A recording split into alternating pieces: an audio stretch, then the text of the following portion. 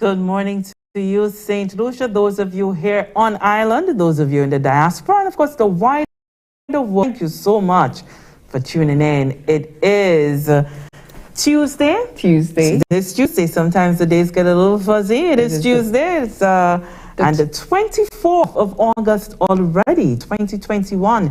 I am Lucia here for the morning updates, coming to you live from the studios of the Government Information Service, alongside Homer DeMark. Morning, and Lisa. yes, and we are brewing this morning. Lots to get through for the morning. Just to give you a rundown of what we have for you, we have a statement coming from the Chief Medical Officer regarding the COVID-19 situation. You know that we're going through a fourth wave, yes. So we'll be hearing from the CMO on that shortly.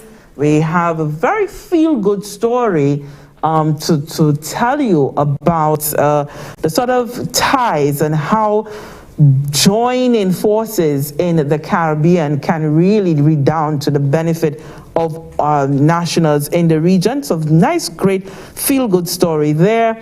We'll have some information on our 7 Crops program. Yeah. Another feel-good story for you. It's feel-good Tuesday, and this one is sure to get us all inspired and a little tear-jerking moment there, if you will. It has to do with the area girls' school. A very, very great story coming out of that school, and a great initiative coming out of the OECS Commission. So we'll talk about that a little bit more. And of course, we'll be having in studio with us one of St. Lucia's great young minds. Entrepreneurs are wonderful. We need to nurture them. We need to be able to encourage the entrepreneurial spirit. And we'll be speaking with a fintech startup.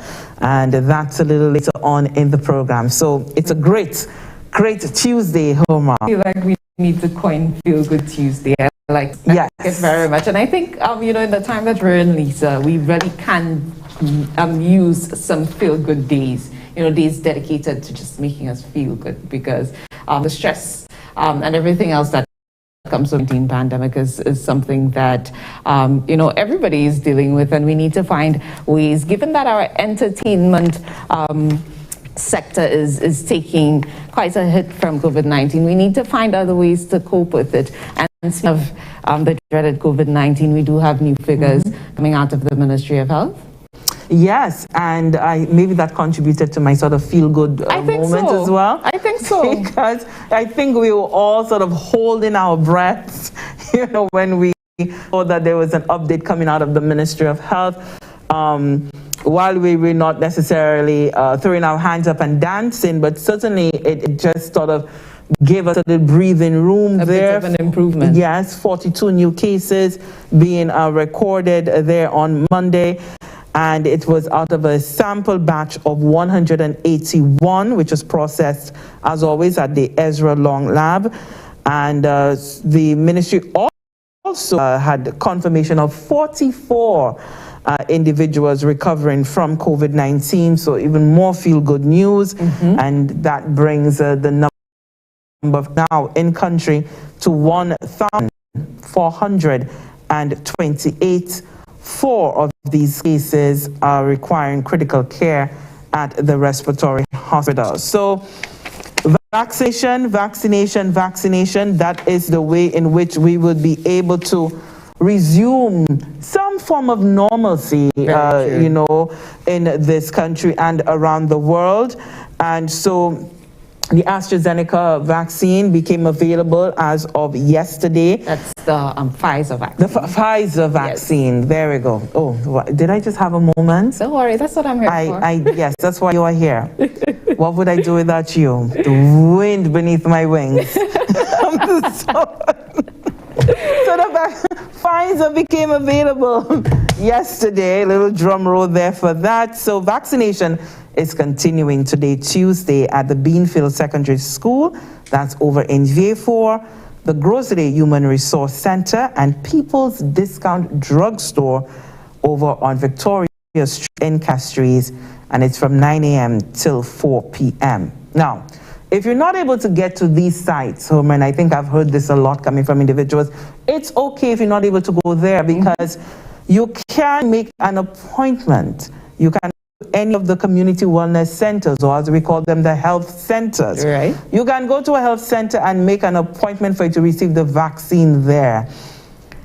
Don't believe that it's all doom and gloom if you're not able to get. The ministry also can make allowances because it has its mobile units. Very true. So all you need to do is to reach out and let them know what your particular circumstance is in order for them to be able to make that accommodation. I know workplaces are speaking with the ministry as well to be able to get that, workplace vaccination continuing.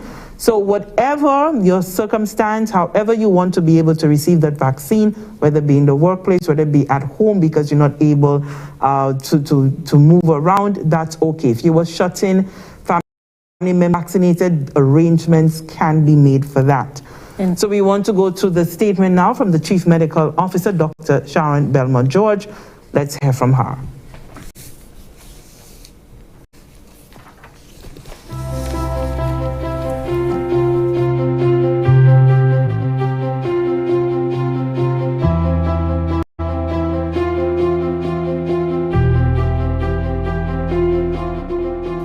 The Ministry of Health, Wellness and Elderly Affairs has noted a total of 7,232 cases diagnosed in country from March 2020 to present and 97 deaths. Over the last 14 days, 1,187 new cases were noted and we have 1,430 active cases in country. The daily infection rate for the past week went 4 per 100,000 per day and an average of 111.2 cases per day. In relation to this new wave, from July 13th, 2021 to present, a total of 1,791 persons were positive. 52% are in the age group 25 to 49 years. 58% of the cases are female. The majority of cases are from Castries, Grosley, and Dennery. Based on the contact tracing data, the majority of the cases diagnosed are related to social activities. To date, the positive cases diagnosed in country, 1.66% have been fully vaccinated. The Ministry of Health, Wellness and Elderly Affairs is working to strengthen the public health system to continue managing the increased COVID-19 cases. The Pan American Health Organization has expressed support in ensuring the necessary PPE test kits and technical support is available in country. We continue to note high numbers as we test the contacts of cases. Based on the long incubation period of this virus, we forecast that these numbers will continue until we note a reduction in the rate of increase, possibly by next week. The response this last weekend by the public was promising, and we ask the public to continue working with us and to exhibit responsible behavior to manage this fourth wave. This past week, the Ministry of Health has collaborated with the Minibus Association, the Chamber of Commerce, the tourism sector, the St. Lucia Medical and Dental Association. These meetings were targeted to discuss and strengthen collaborations and efforts in reducing the risk and managing the spike in COVID-19 cases. The Ministry of Health is also working closely with the Ministry of Education to advise on the status of school reopening. I have both the Pfizer and the AstraZeneca vaccine free of charge in country at the various wellness centers and vaccination sites. Vaccination remains the most effective public health measure in managing infectious diseases. These vaccines have been proven to be safe and effective in protecting persons from developing COVID-19, its severe forms, complications, hospitalizations, and death. We continue to urge the public to access the various sites to get immunized the soonest. Encourage your family and friends to get immunized so we can all be protected. We continue to advise the public to remain vigilant as the increased transmission and risk of the variants of concern is present. Let us all adhere to the protocols that are put in place to keep us safe. These include regular washing, the use of masks in public places, avoiding crowds and persons with respiratory symptoms, and keeping frequently touched surfaces clean. The Ministry of Health and Wellness, we will continue providing updates to the public as new information becomes available.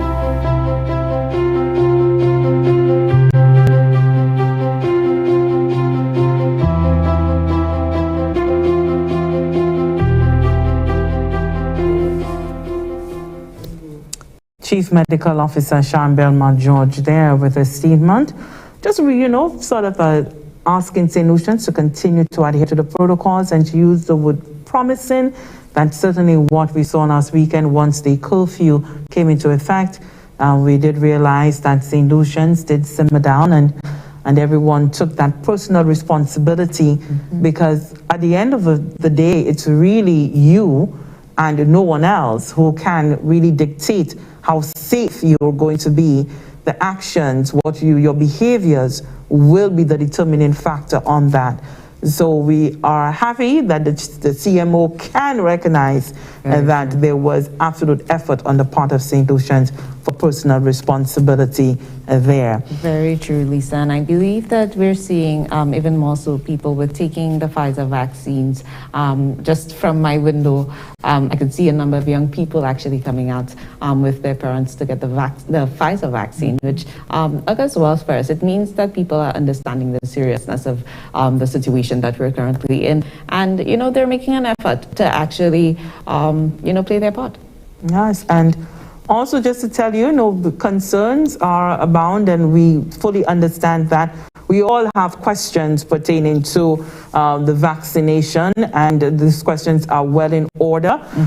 So what we need is for you to be able to channel those questions to the right authorities in order for you to be able to get the solid information that you need for you to make your decisions. Certainly speak to your medical health practitioner. So you have your doctor, you can call up your doctor and ask the question, discuss your medical situation as well, because sometimes we may have certain conditions and we may not believe that they're underlying conditions, and we only stick to the hypertension and diabetes as underlying conditions. But there may be some other things going on with you health-wise, and if you have a question pertaining to that, speak to a medical practitioner about those so that you can feel like you are making the decision best for you. That's very, very important. And because, the science, it's emerging where COVID-19 is concerned, so we need to be able to understand all of the information that is out there for us to be informed and be well informed. Very important point there, Lisa. So we want to jump a little bit ahead and, as I say, another feel-good story on this Feel-Good Tuesday. That's what it is.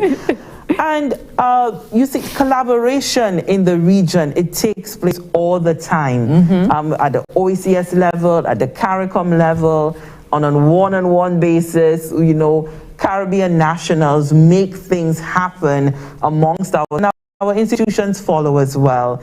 And we have a story here between Grenada and Guyana, and how professionals between these two countries coming together to save the life of a young woman. Oh, wow. So let's get that coming in from CARICOM News.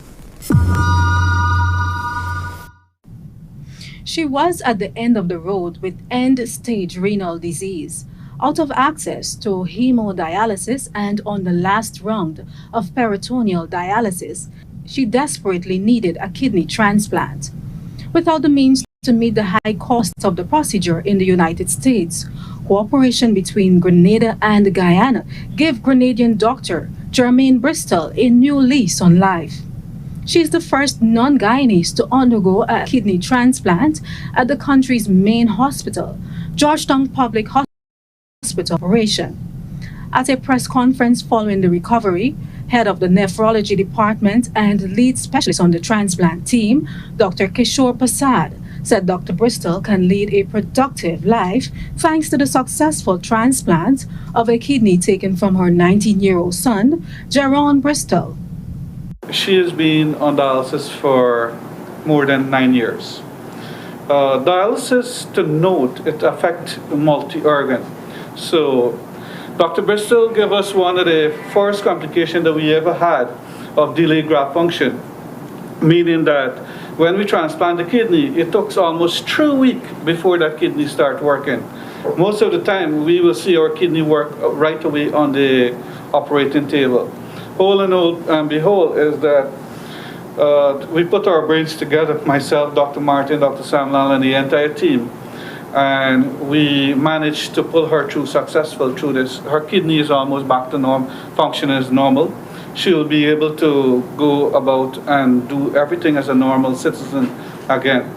Minister of Health of Guyana, the Honorable Dr. Frank Anthony, said Guyana is poised to become a center for excellence of health services offered to the region. Today we celebrate a very historic day in Guyana, and that is we have been able to do transplantation for one of our CARICOM sister.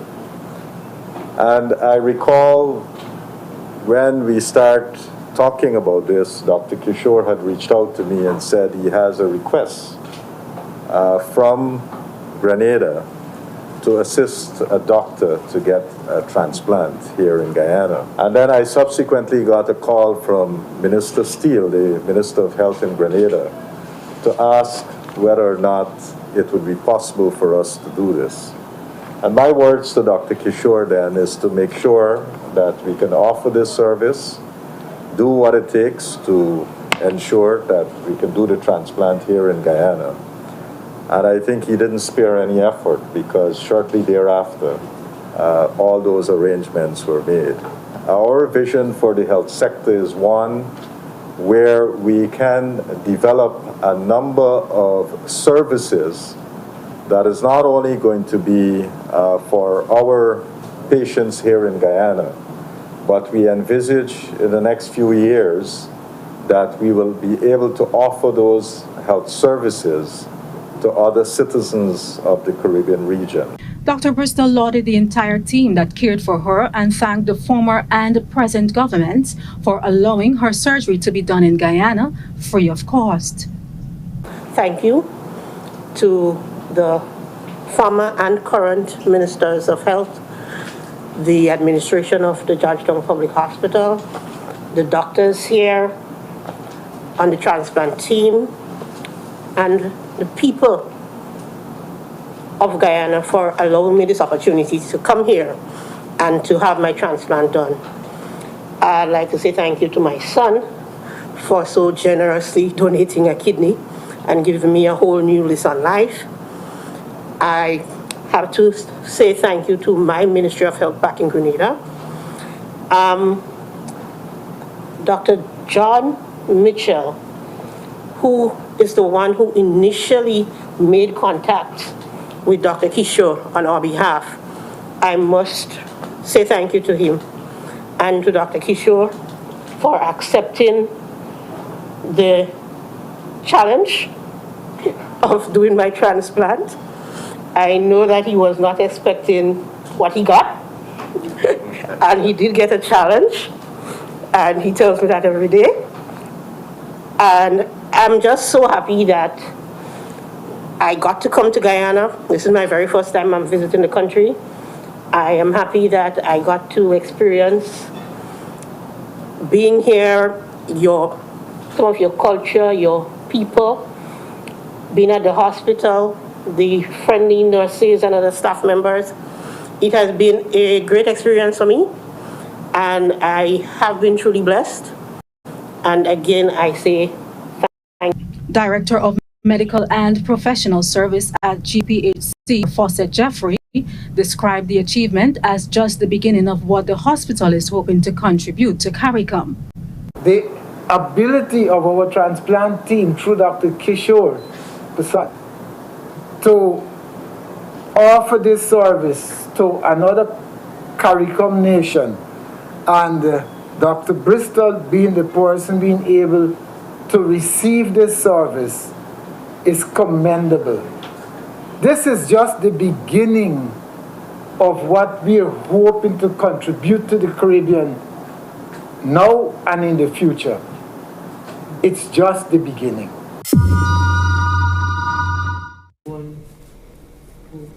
That's why it's a feel-good story. Indeed.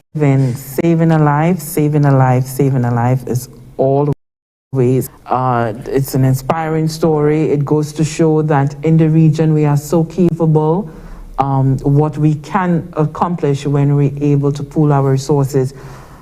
on our own, like in St. Lucia on our own, we may not be able to do certain things, but being able to pull resources with other islands, having our institutions like the CARICOM Secretariat, like the OECS Commission behind us, we truly can accomplish anything. Yeah, it does speak to the power of integration. It augurs well for, those entities that are looking to make that more of a permanent thing for us in the region. It really is a feel-good story indeed, and you could just hear the gratitude in her voice, just expressing thanks to everybody who was able to, like she put it, paraphrasing, giving her another chance at life. Giving her another chance at life. It really was a very nice, very good, feel-good story. Elisa, we're just jumping a little bit to the agricultural sector. It's still a feel-good. Yes, indeed. Still feel-good. Indeed, still a feel-good story. Being able to show what we are able to accomplish, because, with our food security, a lot of people are beginning to lay their eyes up on that, because COVID-19 is drawing home some of these, it's creating new challenges, but opportunities as well. Very for true. us to be able to rise and think differently and do things differently as well. Very true, Lisa. I know a number of people, due to the COVID pandemic, I don't know if it's boredom or having a little more time, they actually delved into building their very own kitchen gardens. And what I love about this story, the Ministry of Agriculture and the 7 Crops Project, they've been very hard to ensure that we have not only variety within our agricultural sector, but to ensure that we have sustainability within the sector as well. And over the weekend, the 20th of August, in Magrichu, Timiku, they held a tasting, a sampling,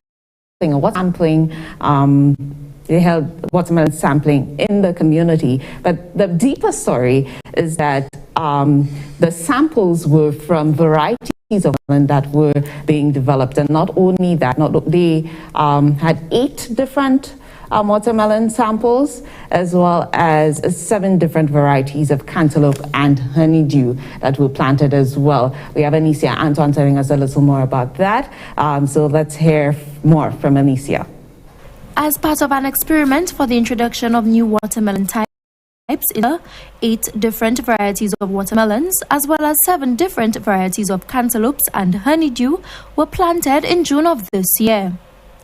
The watermelon trial forms part of the enhancement of the efficiency of production and distribution supply chains in the fruits and vegetable sector project, better known as the 7 Crops Project, with the overall aim of reducing the food import bill of St. Lucia. This can be achieved through the introduction of new varieties due to the increased yields and pest and disease tolerance. The new watermelon types will also broaden the range on the St. Lucian market in order to meet consumer desires. Project coordinator of the 7 Crops Project, Adeline Udovic, explains that the watermelon trial also seeks to curb the shortcomings in the production and marketing chain, such as the shelf life and quality of watermelons. This trial is not done in isolation of the issues identified, okay? So now we are able to have a wider base of greater selection to choose from, knowing the characteristics of these crops here. Obviously, we could see what works and what doesn't work, and when it's replicated in other farms, we could understand that which ones that we could go ahead with to choose identified by the marketplace. Under the 7 Crops Project, demonstration plots have been set up around the island. Watermelon trial farmer Bernard Jean-Baptiste encouraged farmers to take advantage of the opportunity being offered to gain experience diversifying into these new varieties. So far, I must say I've learned a lot from the trials and from what those persons have explained with the different varieties. I think it's a good thing for some of the other farmers to try some of these crops so that we can supply the market, because as we know, a lot of our produce is still being imported and we need to try and cut on that supply. Parliamentary representative from Maycood North, Honorable Jeremiah Norbert, satisfaction with the trial, stating that capturing the interest of the youth is critical to ensuring the sustainability of initiatives like this. I would love to see even younger farmers get involved in this initiative, play their role, because I mean, people like Mr. Bogolan, they've given their whole life, they've dedicated their entire life towards agriculture. And I think right there, we have the responsibility to educate our young people, let them see the value in agriculture so that agriculture becomes something that is attractive to them. And I think this initiative is one that is, and if we sell it properly, our young people can buy into it and see the benefits that they can get from it. Acknowledging the continuous of the 7 Crops project, the Department of Agriculture maintains its commitment to improving the agriculture sector in St. Lucia. From the Communications Unit of the Ministry of Agriculture, I am Anicia Antoine reporting. So indeed, Lisa, another feel-good story there, and that's something for me personally to be excited about because I love fruits and vegetables, and I know with the Ministry of Agriculture, that's one of the things they're trying to do, ensure that they're enhancing, our varieties and ensuring that we have enough. Admittedly, I did not know that we had that many varieties of watermelon. 8. I know the red watermelon, and I know that there's the yellowish one as well, and that's where my knowledge stood. So I would have loved to invite her to the tasting. So for you to have been able, yes, because I was thinking why, we were not I can invited. get into that. Yeah, we were not invited. Homer, we'll have to put in a special request just for you because you're a melon girl, you love watermelons. For us, I can eat yours too. Oh, you'll like eat. you. Okay, you'll eat mine, no problem. I'll happily hand it over to you, Homer. Yes, you sound like you would happily hand it over to me for sure. I'm more of a banana girl than a watermelon girl. Perhaps a cantaloupe. I love cantaloupe as well. I'm not so much into the watermelons. Yes, watermelons and pineapples. Not really top on my list. So there are others. I like the honeydew, the cantaloupe better than I do watermelons. I think there, Lisa, you and I have to agree to disagree, but that's okay. That's okay. I can have yours. Yeah, I will just hand it all over to you, Homer. Thank you very much. Very gladly. And with that, we will take a short break. When we come back on Fields Day, and we'll tell you a story about the Ave Maria Girls' School and how they're making that school so diverse and how they're accommodating children or students who are differently abled. Really, really great story. Stay with us. We're back after the break.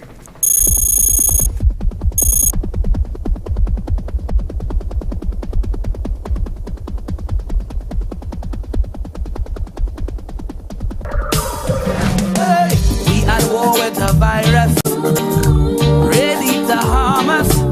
Panic is not the answer. We can win this together. Often use hand sanitizer, better in water. We must protect each other if we are to beat this corona. Together let us win this war. Be a soldier for St. Lucia. Together let us win this war.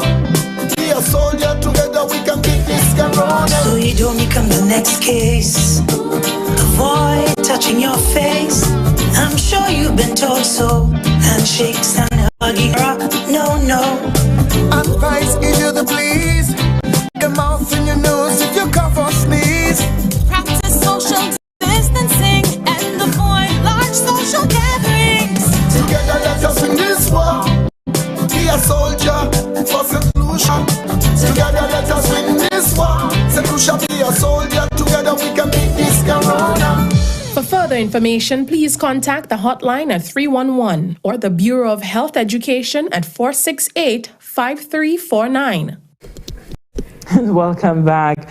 And I just checked our Facebook platform there. Let's just say good morning, as always, to Dawn Marie. Thank you so much. Good morning, Dawn Marie. Thank you so much, as always. And we just hearing from Alberta, who said that she just had a piece of watermelon that she actually grew. So nice. Yeah. You see what I mean, Alberta? Sure, that really satisfying. It must have been, but I think it's even perhaps more satisfying that she's able to grow it herself. Yes. And so, Homer, you're not in that category yet, right? So, I'll gladly help you eat it. Ufokola. All you're doing is coming to the table to eat. Ufokola, contribute. I will also wash dishes if it means getting food. Oh, well, if your dishes go, that's fine. You could come over to my house anytime.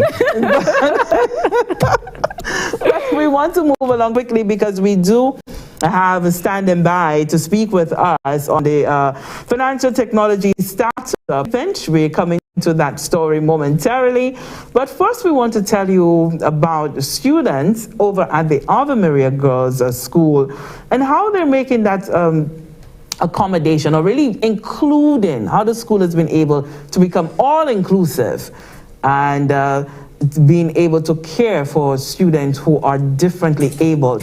That story is coming to us compliment to the OECS Commission. They've started a wonderful program, and that program is the OECS Yes I Use, and that, Homer, is being done by students for students. Oh, wow. Very.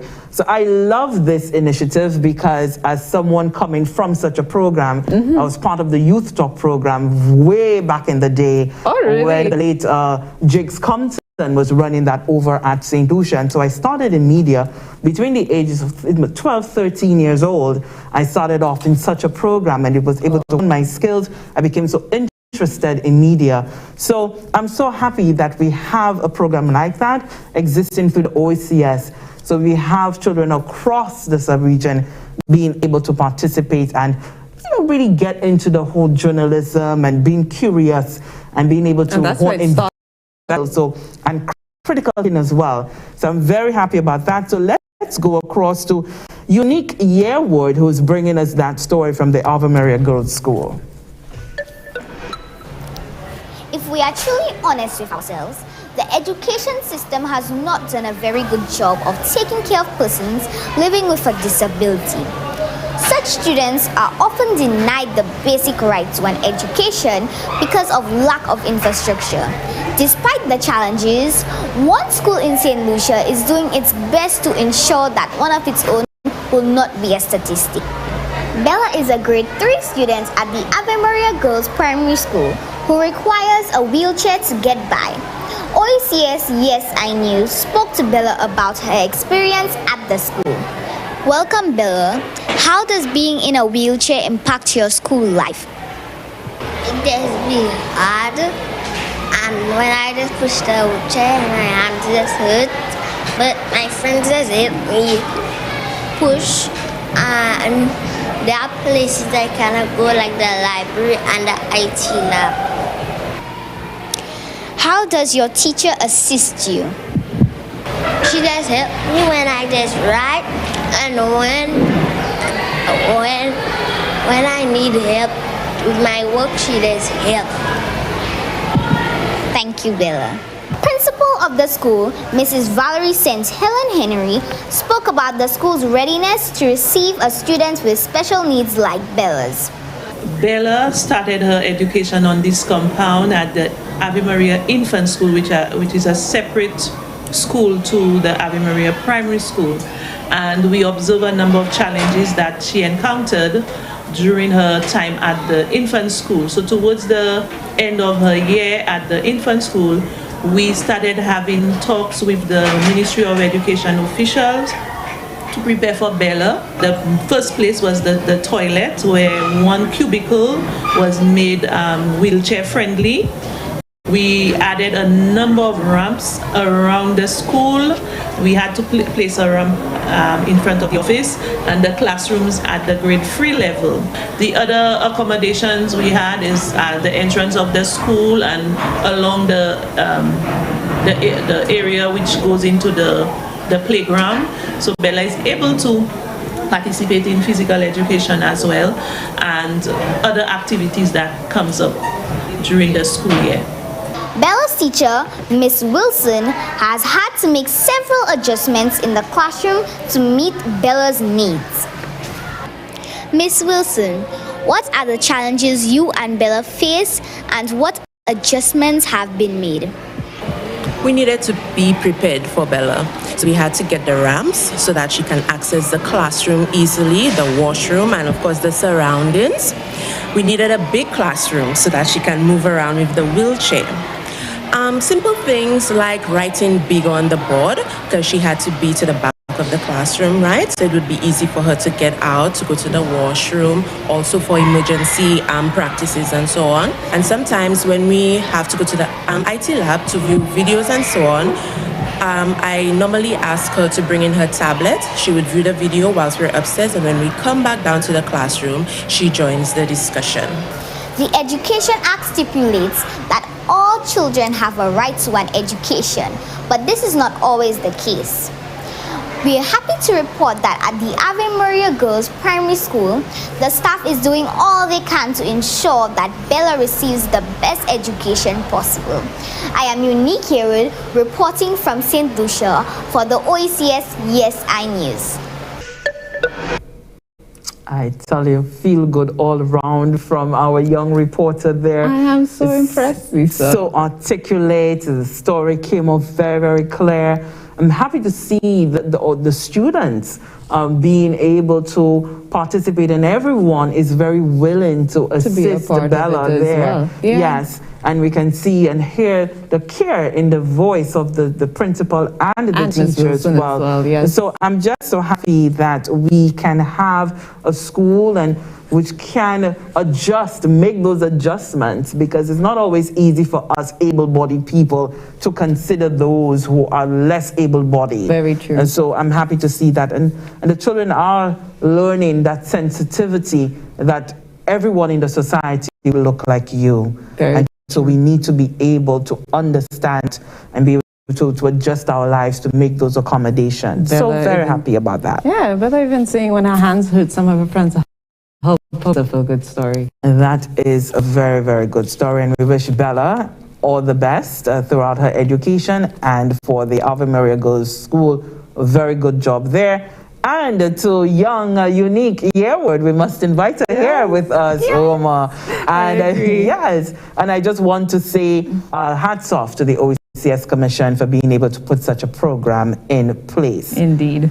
So when we come back, we'll be speaking with one of our other young, bright minds in St. Lucia. We'll be speaking with the founder of Penny Pinch. That's right after this short break. We can win this war. Get vaccinated. We're taking our life back. Get vaccinated. We know what to do. Get vaccinated. COVID-19 we won't lose to you. Oh no. Take 2 doses, take our life back. Time for a brand new day. Take 2 doses, take our life back. To live and work and play. Take 2 doses, take our life back. The health experts we trust. Take 2 doses, take our life back. Vaccinate for you, for yours, for us. Let's take our life back with a safe and effective AstraZeneca COVID-19 vaccine. The mobile vaccination drive is coming to you. Visit the Ministry of Health and Wellness and Bureau of Health Education Facebook pages for more information. Let's take our life back. Vaccinate for you, for yours, for us.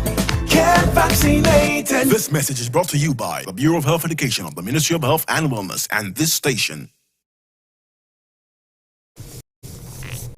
Thank you so much for staying with us, and we're back, and we've been anticipating this interview all morning, and we want to say good morning and welcome to Martin Hanna, who is the founder, CEO, I believe, for the financial technology startup Penny Pinch here in St. Lucia. And Penny Pinch is certainly stretching out its tentacles, it's moving and being able to grow.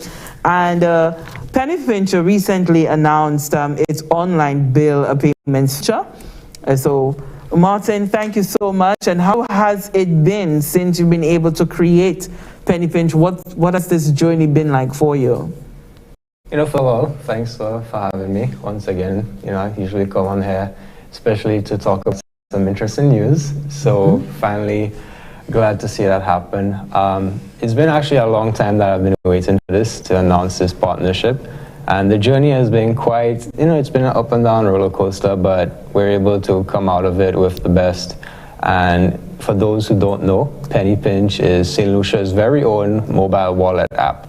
And what that means is it's a mobile wallet app that you could download and then use your debit or credit card or bank transfer to add money to it, or you could even receive money directly on your phone from your friends who use Penny Pinch. And through this, we were really excited to announce a new partnership with Shopee, which allows you to now pay all your bills, which includes Lucia, Quasco, Flow, Digicel, Quartz, and over 20 more by simply going to the app, adding money to your account, paying your bill, and then from there, it's as easy as one to make a payment to your bill directly from your home. So, you know, especially during a time like this with COVID, you know, we're trying to keep people away from the lines, keep them home, and, you know, right now we finally have a solution that enables you to, you know, be comfortable without having to, you know, risk yourself going on these long lines, paying your bills. And also what's great is that you get to see the history of, you know, what you've paid, and you also get a direct balance. So you could, you know, depend on Penny Pinch to do all your bills from now on. That all goes well in this COVID-19 era, indeed. And just for convenience overall as well, because, you know, so you don't necessarily have as you go onto a queue and you have to spend 40 minutes on a queue sometimes, and then you want to move over to the next utilities company, then you need to spend another 30 or so minutes. You really don't have all that time during the day for you to be able to get all these things done. So, but give us a breakdown, if you will, Martin, on how does it actually work? So I'll give you a breakdown from start to finish. So first of all, you download the Penny Pinch app and you create an account. So you could use your Facebook, Google, Apple ID, or just your password combination. And from there, once you download the account, you are required to do ID verification. And the reason that we require this is because we are a licensed financial institution. And this means that we have to do what we call KYC on our customers, which means, you know, having information on them that allows verifies them. Because it is a payment system, and, you know, we have to comply with local regulations. So once you've verified your account, you could then use a number of methods to add money to it. You could use a debit card, credit card, bank transfer, employee salary, or you could even receive money from another Penny Pinch customer.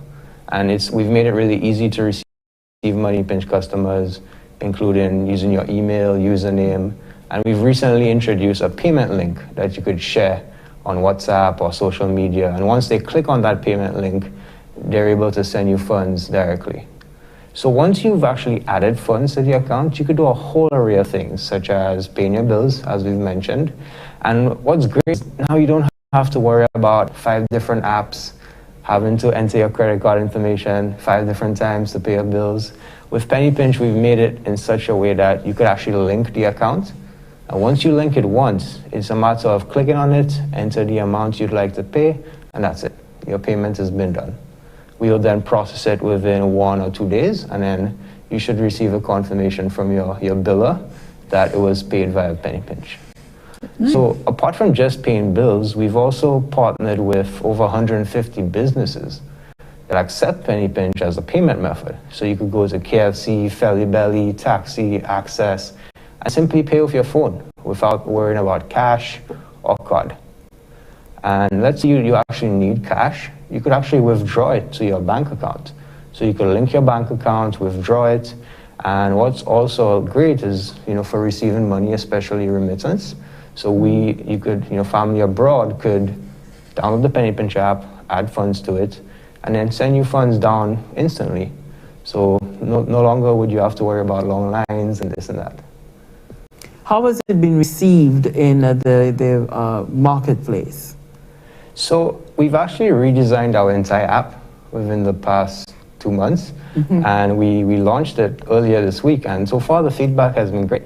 You know, before we were catering to, you know, average tech-savvy user, and we realized, you know, we were really missing out on a big audience. So that really brought us back to the drawing board. We redesigned the entire app, and so far the feedback has been great. It's much more easy to use and understand. And, you know, we're already seeing people going in, linking their bin funds, topping up, and even paying businesses. So far we're seeing some good feedback coming from friends and family and even customers themselves who are really interested in doing this. And for the businesses, Martin, how receptive have they been? I know you mentioned that you have, what 100 or so? 150 businesses that have already come on board. So that means that they see value in what you're doing. In terms of being able to grow from there, what are the prospects of being able to offshoot from here? So the businesses, they really like it because it's now an additional medium for their customers to pay them. And for them, it's about convenience, right? They want to give their customers convenience. They don't have to leave their home to now pay a business. You could just do it over phone, over social media. But the businesses have been really, really on for it, especially businesses who don't have card machines or don't have an online presence. We've really created a suite of products that allows them to just go online. Within 10 minutes, you're able to get approved, and you could start sharing your accepted hair videos, your links. And we've also created a loyalty program that businesses can now tap into. So engaging customers via promotions, birthday rewards, discounts, cashback. So we've really created a suite of products that businesses love. And once we get more traction and things picking up, you're going to see a lot of businesses really engaging their customers through our Penny Pinch loyalty system. You spoke to your system of identification for each person. Just looking a little more towards security. When it comes to finances, people usually are very specific about that. Speak to some of your security measures. Yeah, it's one of the bigger questions that we get. People here, we really have to build that trust with them, especially around cybersecurity. So, the things that I love to say is, we got information on our servers, which is, a standard. Even for our verification documents, we use a partner to do so, because they're basically a solution around this, and we use them to do our verifications, which means there's not much on our end in terms of, leaving stuff on our servers and whatnot. So we've really followed international standards and really doing this the right way. So we've encrypted all transactions, and we're always in the back end to make sure things are, nothing's happening or someone's trying to attack us or anything. So security is definitely one of our big takes on this, especially for trying to do something in the Caribbean where you want to be of international standard. So for security, we've taken a layered approach, as we like to call it, to keep our customer information as secure as possible. Nice. And as a young entrepreneur in the St. Lucia society, what does it mean to you to be able to contribute an app like Penny Pinch to our society? It's really amazing. I know that we would be able to get this far, especially St. Lucia's first and only licensed mobile wallet at the moment. So it was really a tough journey, but I was really excited to see this come through as my vision, slowly expands more. And right now we're hopefully getting ready to scale to different territories quite soon. Nice. And I was just about to ask for plans for development, because you sound like you're already accomplishing so much. So you are looking to expand to other territories. For sure. We're looking at strategic partners that will enable us to scale. Nice. Very nice. And given the onset of COVID has just proven to that there's a whole other world and dynamic that you could do with the technology. Right. So in terms of being able to take what you're doing, and I know you say you're taking it to other territories, but do you see other possibilities for other businesses to be able to come out of Penny Pinch? We definitely see a few spin-offs coming out of Penny Pinch's core features. There's not much I could say now, but we definitely have a lot of stuff that we're doing behind the scenes, and I can't wait to be able to announce it. But eventually, what we'd like to do is be able to really work with the unbanked individuals. So those that can't access a bank account because the strict requirements that are needed, or even for those that are self-employed, which also is another issue. So we're really looking at how can we do both. How can we invest in the unbanked and give them a solution they could actually use and enjoy? And how can we help the underbanked, which are those that may not be the most tech savvy and into thing, and how can we create a customer experience that just gets them on the, and from there it's just 1, 2, 3, easy and done. Great. And I know that to be an entrepreneur, an easy feat. And suddenly you have to pound the pavement. Yeah. But in terms of the sort of support that you've been able to receive from institutions, government institutions and agencies, how do you find that relationship and where you've been able to receive support? Yeah, so, just to put this out, Penny Pinch is a local team created by locals for locals, local investors as well, local banking partners. So we really did this on a local level. The support been really good, seeing that they want to see innovation grow.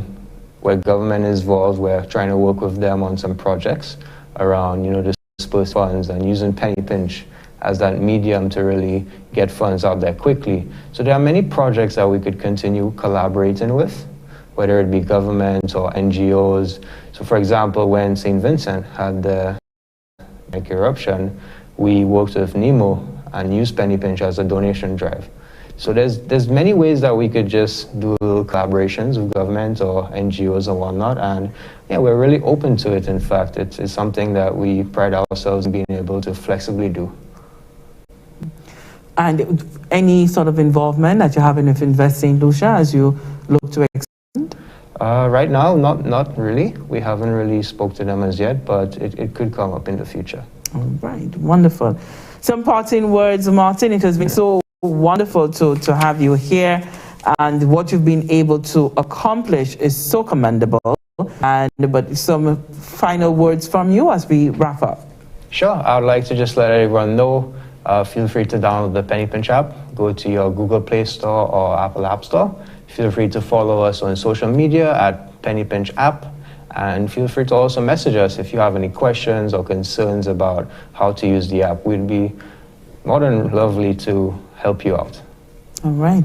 Thank you so much there. The win from Martin Hanna, one of our bright young minds in St. Lucia, the founder of the financial technologies Penny Pinch.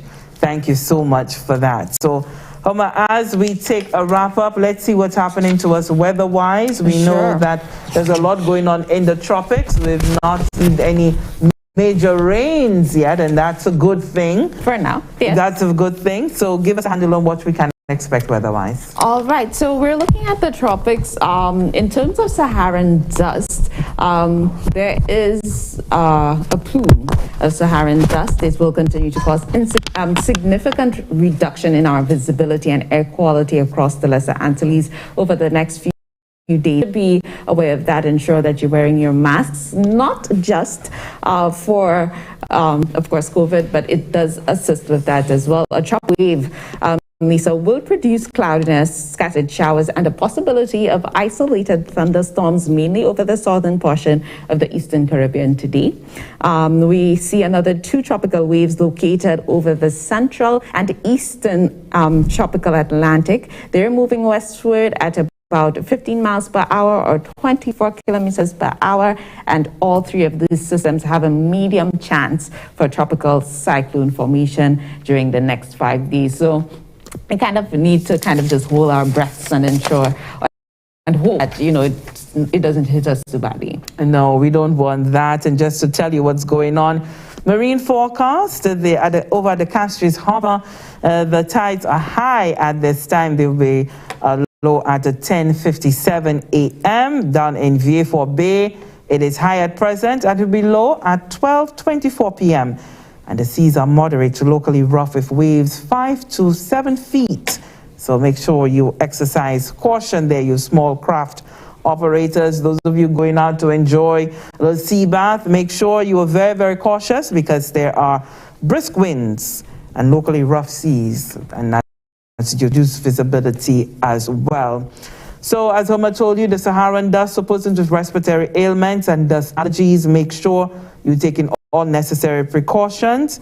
And so it's going to be partly cloudy to occasionally cloudy and hazy with some scattered showers with a chance of isolated thunderstorms improving towards the afternoon. Basically, there's going to be rain for Focus. Very nice. Yes, Lisa. And just before we leave, we can, and I think we should remind you of the vaccination sites today, just in case you're looking to get vaccinated. It continues today, Tuesday, 24th August. You can head over to the Beanfield Secondary School in VA4. Also, the Rosalie Human Resource Center, People's Discount, that's drugstore at Victoria Street between 9 a.m.